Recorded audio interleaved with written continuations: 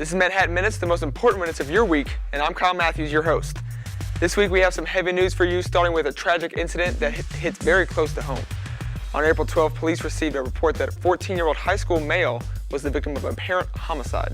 Manhattan Matters reporter Tom Roos gives us more of the details on this heartbreaking event. 14-year-old Tyler Dowling was found in a field on April 13th in the northeast side of town, behind a residential area near 500 Walters. Lieutenant Fink with the Riley County Police Department says Cole Drake is being held at a juvenile detention center in Gary County. He's awaiting an April 27th hearing for the charges of first-degree murder and aggravated robbery. The hearing will determine whether or not Drake will be tried as an adult. The Raleigh County Police Department received a 911 call stating there was a male lying in a field behind the apartments around the 500 Walters area here in Manhattan. The caller believed that the male was injured at that time. Shortly thereafter, a second call came in, reported that appeared that the male in the field was not breathing. Officers responded and found a deceased male lying in the field. That deceased male has been identified as Tyler Dowling. Further investigation into the matter led to the arrest of Cole Drake, 14-year-old male, also a Manhattan resident, for the charge of first-degree murder. Suspect Cole Drake is being held at the Gary Juvenile Detention Center, and of course, our hearts go out to all of Tyler Dowling's family and friends. On a lighter note, K-State is home to a very aspiring musical artist. Junior Laura Wetzel already has 2 albums published on iTunes. Amazing. She tells her own story in her own words. Close your eyes, fall asleep. I'm Laura Wetzel, and I'm a singer-songwriter.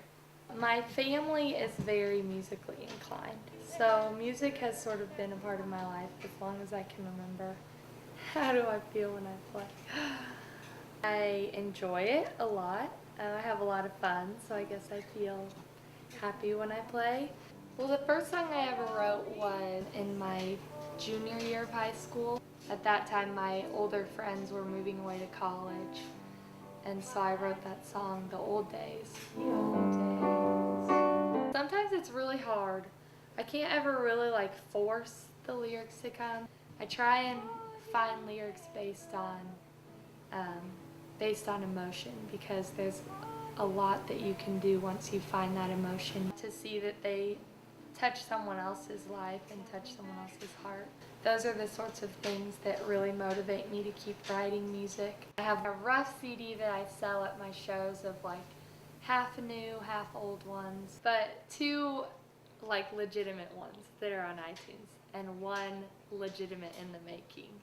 First and foremost, I want to finish college and go to nursing school, and I think music will always just kind of be with me along the ride. But when I was first starting to write songs, I had this girl come up to me and she was like, "So what's it like being in the limelight?"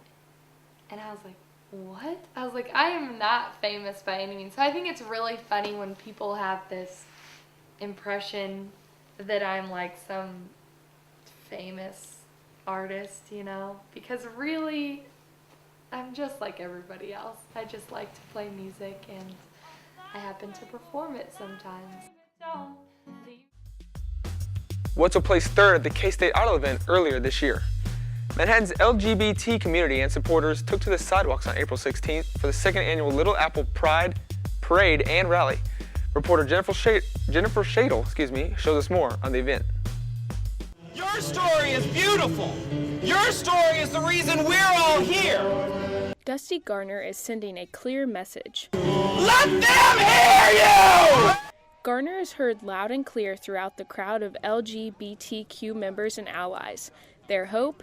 To send a message of unity and support. It's really important not just for people of the LGBT community to come and support the parade and the rally. It's really important to present a unified front and say we will not tolerate discrimination. Just this last February, the Anti-Discrimination Ordinance passed, adding gender identity and sexual orientation to the protected class here in Manhattan.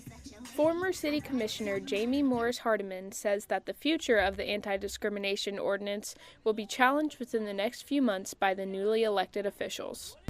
And from talking to some of them, I think they have every intention of making motions to repeal it at this meeting or their next legislative meeting, which will be the first week of May. But supporters say that the political climate has made them even more determined to get their message out. We want to show them that our spirits aren't down. If anything, the disheartening results of the recent city commission election have gotten the LGBT community more fired up. We have the power to take them out of office. We have the power to influence their votes, and that's exactly what we intend on doing. For Manhattan Matters from Triangle Park, I'm Jennifer Shadle. Manhattan City Commissioners met this past Tuesday the 19th. They discussed the new ordinance, and on May 3rd, the commission will meet to discuss the repeal of the LGBT non-discriminatory ordinance as well. With that though, that's our show for this week. Check out our Manhattan Matters Facebook page or turn to cable channel 8 throughout the week for even more coverage on this week's events.